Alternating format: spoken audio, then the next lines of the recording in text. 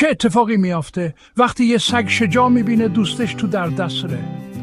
یه داستانی پیدا میکنی که هم ارزش پارس کردن داره و هم میو کردن. مکس رو ببینید، یه سگ با قلبی به بزرگی دمش که همیشه تکون میخوره.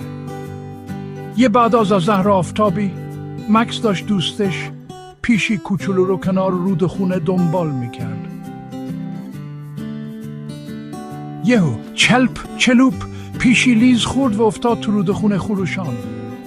ولی مکس حتی یه ثانیه هم تردید نکرد. پرید تو آب و با تمام توانش شنا کرد سمت دوست گربه‌اش. مکس با دندونهای مهربونش پیشی رو از پشت گردنش گرفت و سالم کشیدش بیرون کنار خشکی. جفتشون آبها رو از خودشون تکوندن و یه باغل بزرگ و شاد کردن.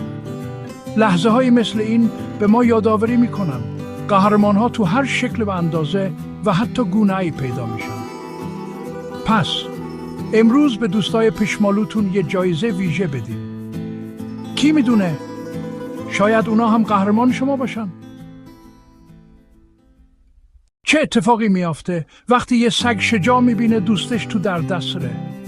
یه داستانی پیدا میکنی که هم ارزش پارس کردن داره و هم میو کردن. مکس رو ببینید، یه سگ با قلبی به بزرگی دمش که همیشه تکون میخوره. یه بعد از ظهر آفتابی مکس داشت دوستش پیشی کوچولو رو کنار رودخونه دنبال میکرد. یهو چلوپ پیشی لیز خورد و افتاد تو رودخونه خروشان. ولی مکس حتی یه ثانیه هم تردید نکرد.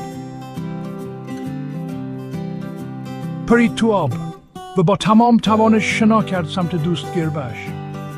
مکس با دندونهای مهربونش پیشی رو از پشت گردنش گرفت و سالم کشیدش بیرون کنار خشکی. جفتشون آبها رو از خودشون تکوندن و یه باغل بزرگ و شاد کردن. لحظه های مثل این به ما یادآوری میکنن قهرمان ها تو هر شکل و اندازه و حتی گونه‌ای پیدا میشن. پس امروز به دوستای پیشمالوتون یه جایزه ویژه بدین. کی میدونه؟ شاید اونا هم قهرمان شما باشن.